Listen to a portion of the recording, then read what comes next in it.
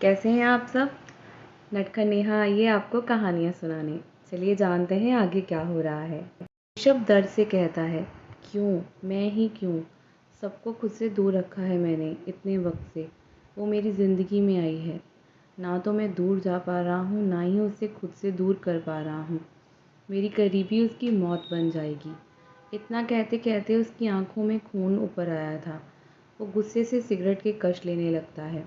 तभी उसका फ़ोन बजने लगा। आशीष का फ़ोन था। वो ऑफ़िस में था और इस वक्त ऋषभ को भी ऑफ़िस में होना चाहिए था। ऋषभ को वक्त लगा खुद के गुस्से पर काबू पाने में। वो जब नीचे आया तो नीचे मीरा अपना खाना खा रही थी। उसने आराम से ठूस ठूस कर खाया था और वो सोच सोच कर मुस्कुरा रही थी। ऋषभ की करीबी उसके दिल को सुकून दे रही थी। उसके चेहरे पर इतनी बड़ी मुस्कान थी। छवि उसे छेड़ते हुए कहती है, कहीं मेरे भाई पर दिल तो नहीं आ गया ना तेरा।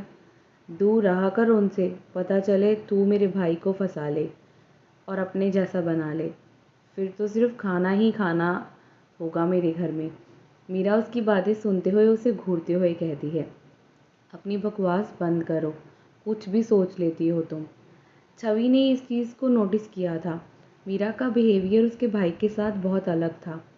मीरा कभी किसी लड़के के करीब गई नहीं थी। उसे कभी किसी लड़के के साथ ज़्यादा कभी बात करते हुए भी नहीं देखा। उनके कॉलेज ग्रुप में सिर्फ एक ही लड़का था।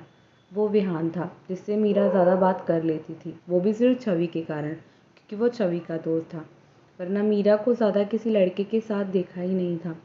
और छवि का परेशान होना बनता था, क्योंकि उसकी बहन यहाँ नहीं थी जिससे वो बात कर सके, क्योंकि उसके भाई और मीरा की एज में काफ़ी बड़ा डिफरेंट है और ये सही नहीं था।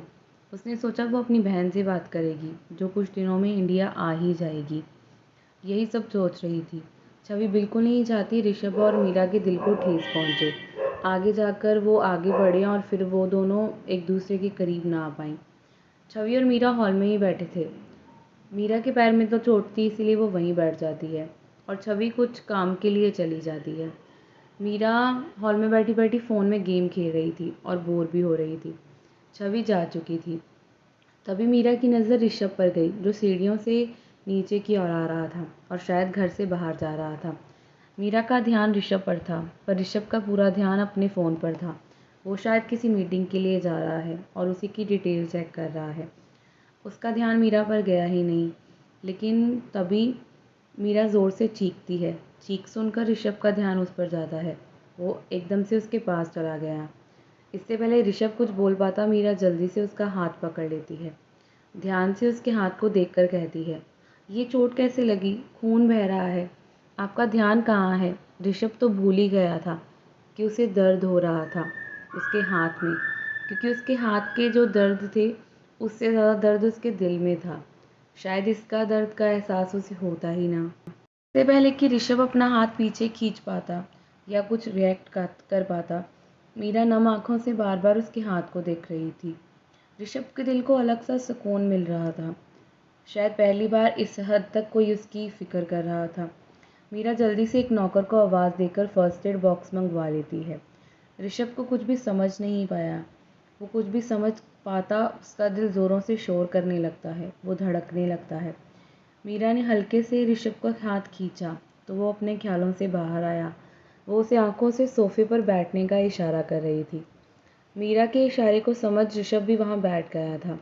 मीरा ने झट से उसके हाथ से पट्टी करते हुए धीरे धीरे बोलना शुरू किया। वो थोड़ा गुस्सा कर रही थी। ऋषभ मीरा के चेहरे को देख रहा था। वो कितनी मासूम है। उसकी मासूमियत उसकी आंखों से झलकती है।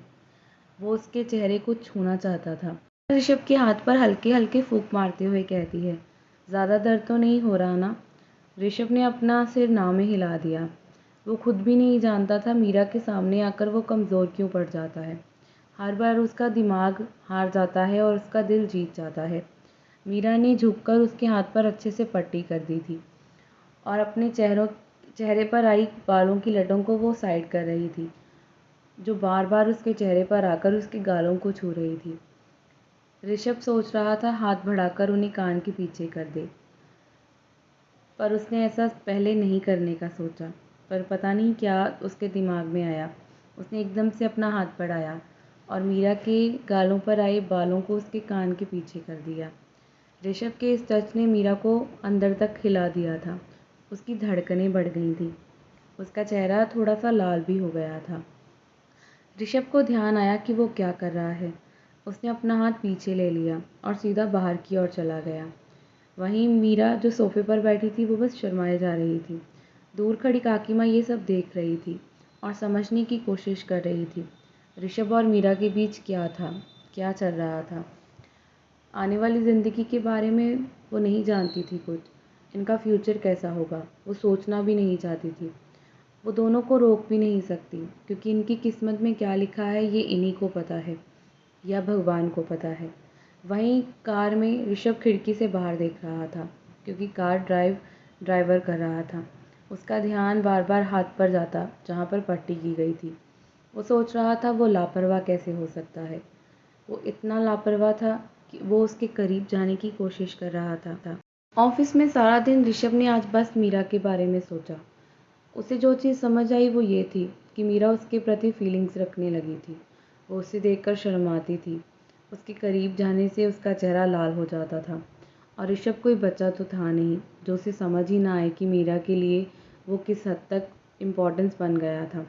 मीरा उसके लिए कितनी ज़्यादा केयर करने लगी थी। आशीष ऋषभ के कैबिन में आता है। उसे यूं चुपचाप देखकर उसकी कल की मीटिंग की फाइल देते हुए कहता है, क्या हुआ है। फाइल देखकर ऋषभ के चेहरे पर एक शैतानी सी मुस्कान आ गई।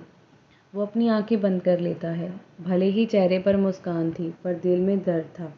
ये प्रोजेक्ट ये उसके लिए बहुत इम्पोर्टेंट था। ऋषभ आंखें खोलता है तो गुस्से से भरी होती हैं और आशीष को कहता है, मुझे जो चाहिए वो मिल गया है। अब शर्मा एम्पायर की सिर्फ बर्बादी होगी, सिर्फ और सिर्फ बर्बादी। आशीष देखता ही रहता है। वो जानता था शर्मा एम्पायर को बर्बाद करना ऋषभ का सबसे बड़ा मकसद था। वो ये भी जानता था ये सब करते करते ऋषभ अपना सब कुछ खो सकता था। ये दुश्मनी बहुत पहले से चली आ रही थी। ऋषभ बहुत कुछ खो चुका था इस दुश्मनी को निभाते निभाते। ऋषभ ने आशीष की तरफ देखा तो आशीष ने बस हल्का मुस्कुराकर ओके कहा और कैबिन से बाहर चला गया। ऋषभ काफ़ी गुस्से में था। उसने अपनी सिगरेट का पैकेट निकाला, उसे जलाया और अपने मुंह में रख लिया और अपनी यादों में खो गया। वहीं मीरा काफ़ी बोर हो चुकी थी। इस हल्की सी चोट की वजह से भी छवि ने उसे ज़मीन पर पैर तक नहीं रखने दिया। अगर वो ज़रा सा चलने का सोचती भी तो उसे डांट खानी पड़ती। ये आज उसकी छोटी सी फ्रेंड उसकी माँ बन गई थी। मीरा को याद आता है कि छवि उसके लिए कुछ खाना लेने गई थी।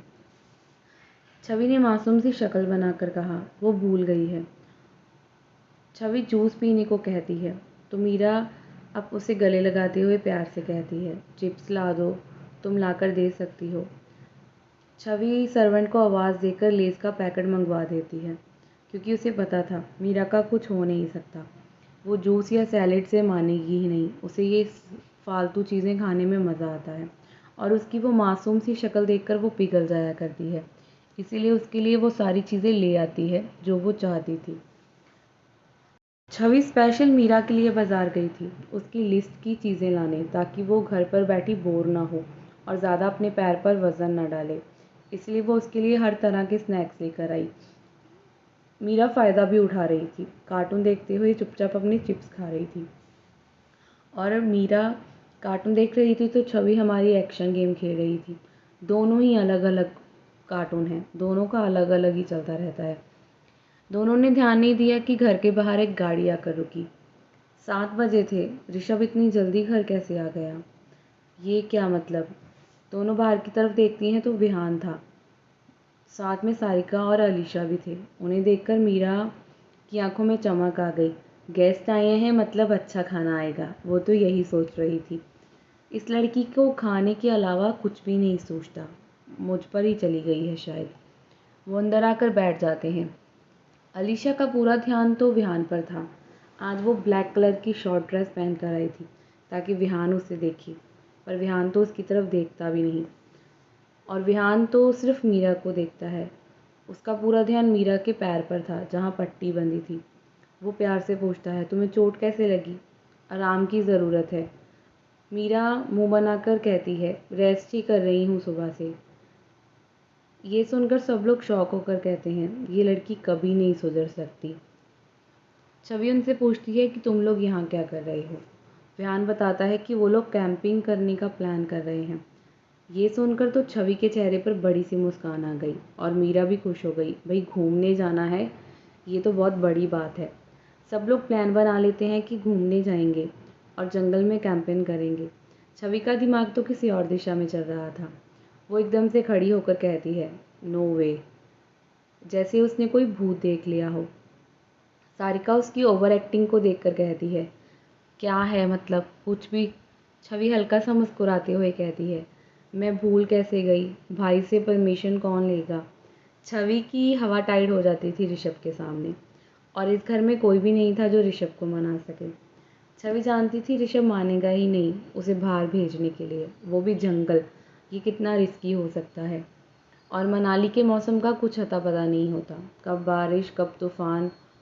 छवि का दिमाग मीरा पर जाकर रुक गया। उसने आइडिया लड़ाया और बोली, चलो ठीक है भाई, मैं कुछ करती हूँ। मीरा को भी उम्मीद सी लग जाती है कि चलो अब ये घर से बाहर निकल कर थोड़ा घूम कर आएगी, वरना वो यहाँ बैठी बैठे बोर हो जाने वाली थी। क्या ऋषभ भेज देगा इन्हें घूमने के लिए, वो भी जंगल में? मुझे तो नहीं लगता। देखते हैं अगले भाग में क्या होता है। पढ़ते रहें मेरी कहानी।